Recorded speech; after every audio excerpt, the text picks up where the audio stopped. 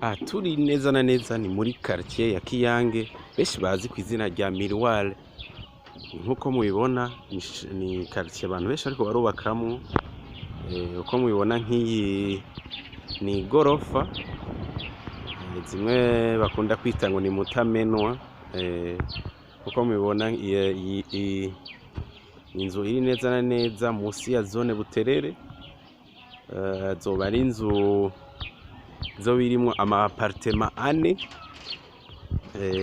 Uko vyagenze umukiriya wacu twahuriye yatumubonye kuri internet hama aratujezwa ibikorwa vyiwe uko twamutegura ibikorwa, turamurondera autorisation de bâtir, turamukorera ibintu vyose kugeza ashobore kubaka.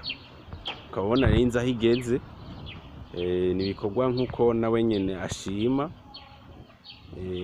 Mukaba vuba tukaba tugiye kuyibetona, mukaba muzobibona, tuzosura tuyibereke twayibetonye.